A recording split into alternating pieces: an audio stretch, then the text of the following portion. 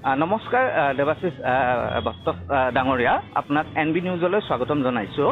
কালি যিটো ঘটনা সংঘটিত হৈছে পহলগামত, এই গোটেই ঘটনাৰ সময়ত আপুনি সেই স্থানত উপস্থিত আছিলে। গোটেই কথাটো অকণমান আপুনি কওকচোন, কি হৈছিলে বা কি দেখিছিলে? আমি ঘটনাস্থলীত গৈ পালো এৰাউণ্ড 1:45 হ'ব, 2টা মানত। তেনেকুৱা 1:30 হ'বই।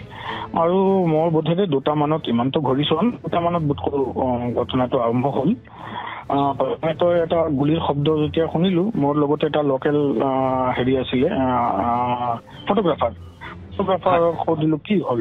ফটোগ্ৰাফাৰে ক'লে এই ফৰেষ্টৰ মানুহে মাজে মাজে ব্লেংক কৰে, এই পাহাৰৰ পৰা জন্তু জানোৱাৰ নামি আহে, কেতিয়াবা ডিষ্টাৰ্ব কৰে টুৰিষ্টক, সেইকাৰণে এইবোৰ কৰি থাকে। মই তেনেকৈ ভাবিছোঁ। 2টা গুলিৰ শব্দ শুনিলো প্ৰথমতে। তাৰপিছত 2, 3, 4টা গুলিৰ শব্দ শুনোতে মই ল'ৰাটো লক্ষ্য কৰিলে যে এজনক গুলি মাৰিলে ডাইৰেক্টলি, মানুহটো লুটিয়াই পৰিলে। তো দেখি তেওঁ অলপ পেনিক আৰম্ভ হৈ গ'ল। একেলগে হঠাতে 10-15 গুলিৰ শব্দ শুনা গ'ল, গোটেই চত্বৰটো জুৰি। এইটোতো এটা ডাঙৰ গ্ৰাউণ্ডটো, গ্ৰাউণ্ডত গুলিৰ শব্দ, চাৰিওফালে গুলিৰ শব্দ আৰম্ভ হৈ গ'ল। আমি কৰ্কটাকে এটা গছৰ তলত আহি আমি শুই পৰিলো। আৰু মই দেখিলো যে যিকেইজন ইয়াতে মোৰ আগতে আহি শুই আছিলে, তেওঁলোকে এই লা ইলাহা ইল্লাল্লাহ জপি আছে। আৰু তো ময়ো দেখা দেখি লা ইলাহা ইল্লাল্লাহ আমিও জপা আৰম্ভ কৰি দিলো।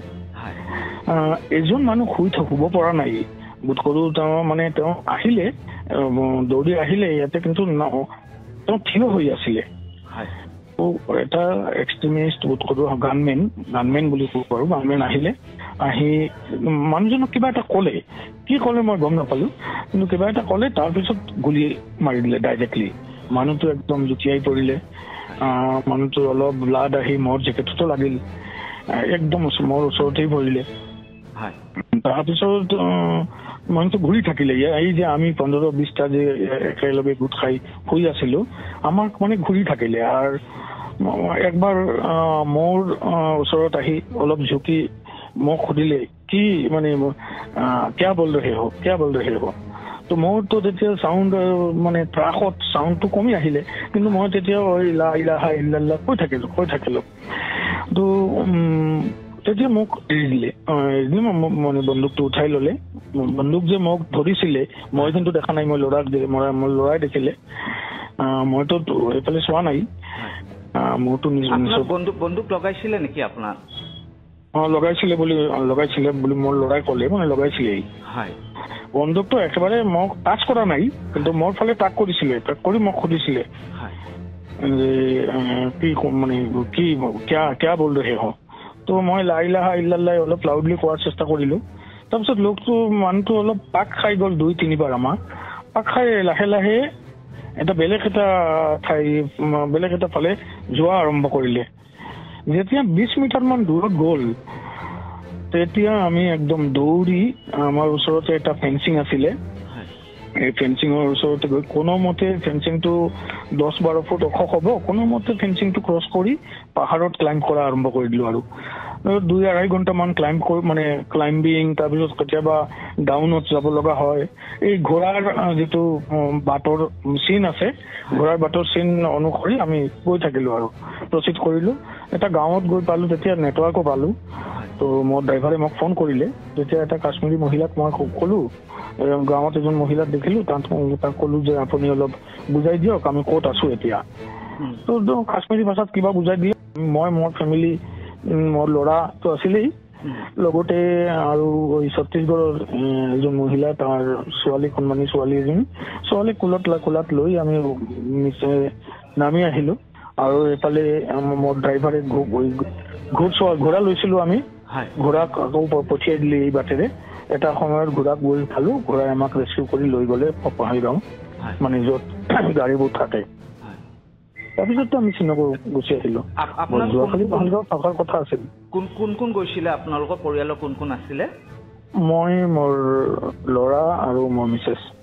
হয়। আৰু আপোনালোক কালি পেহেলগাম গৈছিল নহয় জানো?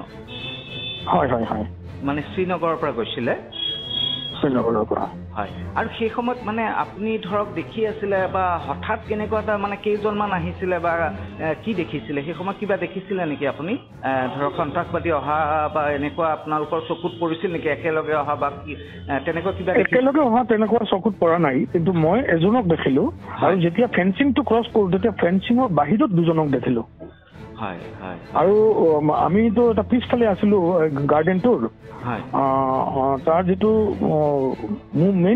মেইন গেটৰ ওচৰতে মানুহ আছিলে এটলিষ্ট 400টো হ'বই বেছি মানুহ তাতেই আছিলে আৰু তাতে বহুত কেইটা গুলিৰ আৱাজ পালো মই বোধ কৰো মানে 5-6জনতো হ'বই তাৰ কম হলে কেনেকে হ'ব এই এটা ভিডিঅ' ভাইৰেল হৈ আছে মানে হাজবেণ্ড ৱাইফ গৈছিলে যে তেওঁলোকক আপুনি ওচৰৰ পৰা দেখিছিলে নেকি সেই সময়ত মানে আপোনাৰ ধৰক ফুৰি থাকোঁতে এনেকুৱা দেখিছিলে নেকি তেওঁলোকক মোৰ ল'ৰাই দেখিছে আমাৰ মানে যিটো এই ফেমিলিটো আমাতকৈ বোধ কৰোঁ 20 মিটাৰ্ছৰ মাজতেই আছিলে হয় হয়